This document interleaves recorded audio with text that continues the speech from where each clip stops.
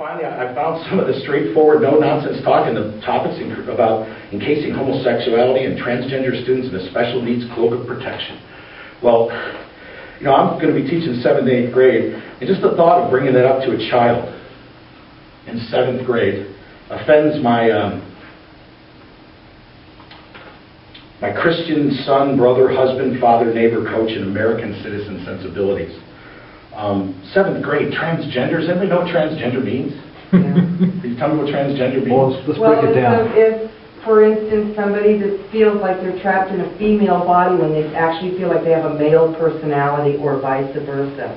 And it's a very real thing. It's not made up. It's not. But how does that give How them about special all of a needs? sudden, if you can imagine yourself, who you are, and put Marilyn Monroe's body there. You're walking around in Marilyn Monroe's body, and you're you.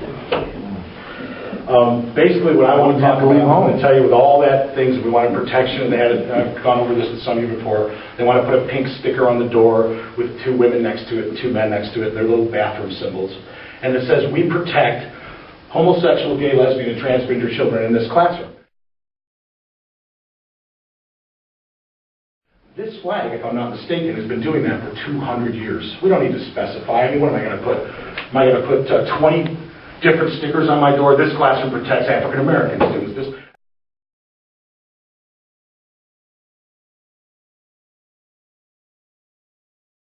I mean, fat kids, skinny kids, kids who climb on rocks, even kids with chicken pox. Who am I going to protect tomorrow? Let's encase the kids being American kids, and let's let the flag protect their rights. The lesson plan and diagram in front of you, and I'm just going to, that's enough, you know, enough said. My icy cold Republican Christian review for you on inclusion. The lesson plan and diagram in front of you, I hope you had a little chance to glance at as part of my diversity final, and is, in reality, will be the future of my civics classroom when I teach. It's designed to bring back civics to a level necessary to keep Rome alive for another 200 years. To teach kids how legislation works, about competition and leadership, and that if you see public speaking will be the constant format to loosen kids up and build confidence and real-time knowledge about their past and who they really are, and how blessed and lucky and responsible they soon will be as adults in America. I want to bring back the basics that born and raised the world's greatest society outside of Sparta, this country, the United States of America, where I would like kids to know about God and country and family and community and self in that order. If you take a look at this idea, and it just came to me, one night I was sitting and trying to come up with lesson plans, and I thought, you know what, I'm going to design a classroom. And in that classroom, I'm going to make the front of the classroom the kids, and I'm going to set it up with a podium, and I'm going to have the U.S. flag and the state flag. It's a nice, rubbery, ugly, phony plants I'll probably get from Reiki down at Home Depot. If they don't close that place and lay off 35,000 more people. That'll be just for them. That'll be the front of the class. My desk will be in the back, where I'll be able to see what's going on and focus on every student. And I've set up some different areas here to combat the different things we've been talking about. To the right here will be the Capitol, and the top 2 students will be there. They will be the representatives. They'll represent the class. They will help the class. It will be their job to communicate with me the needs and questions from other students. To the left of me will be the elevator. Any student that needs a lift up, that's behind, that's missed school, that has special needs, will be there in that elevator area next to me if they need a lift up. My goal will be, of course, to have that empty all the time. In the area up front here will be the student candidate area.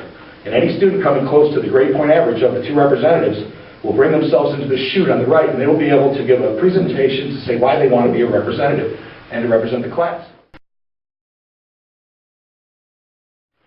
This will give them an idea about how a legislator works, competition, like I said, and give them a chance for public speaking to bring them confidence, to have everything be, when you teach something yourself, you remember it more than when you're listening to it. So these kids will be teaching each other. So I'll be ready and reasonably ready for any helpable child within the realm.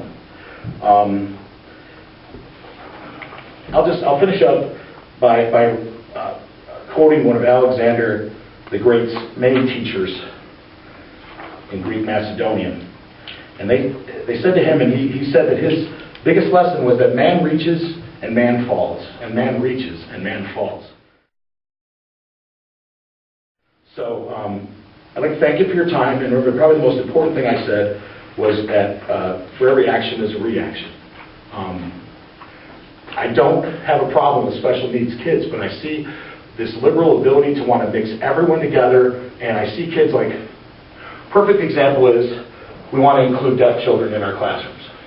So let's budget in all these teachers we're going to need, and all this education, all this instruction, so that we can get, I don't know how many kids are deaf in a classroom, but meanwhile we're canceling budget-wise sports, art, and all these other important things that 95% or 98% of the population of the students need to get a good education. Why would we drop all this on these kids? Why should they have the weight of inclusion dropped on them to affect their education? I think special needs kids need a special place to learn. And if that's offensive and that's old-fashioned, like I said, then I'm all about God and country, community and family, and then myself. And if we could just bring that back. I was watching MTV just a couple months ago when I first started last semester, and there was a girl on there on the beach, and they were interviewing her, and she was a college grad from Texas who was an assistant for an NFL player. And they asked her what ocean was behind her, and they were in Daytona. And she couldn't tell them the ocean that was behind her. And you know, this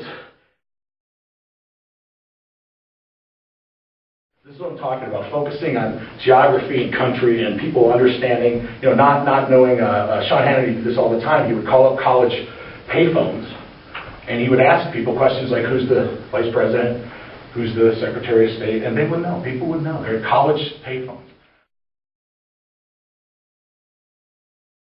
So again, I think civics are missing. I think there's a lot of structure that's missing, and we're softening kids a lot.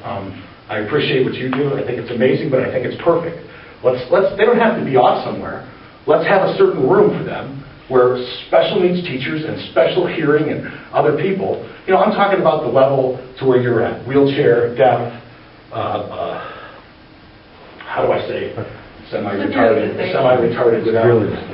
without, what's the word, what do they call kids that have retardation today to be safe and politically correct? Mimers and mumpers. Some are mildly retarded and some are mildly, and some have cerebral palsy, and you know, some have just been birth defects. Period. One little girl was born perfect and had encephalitis and is just like a board.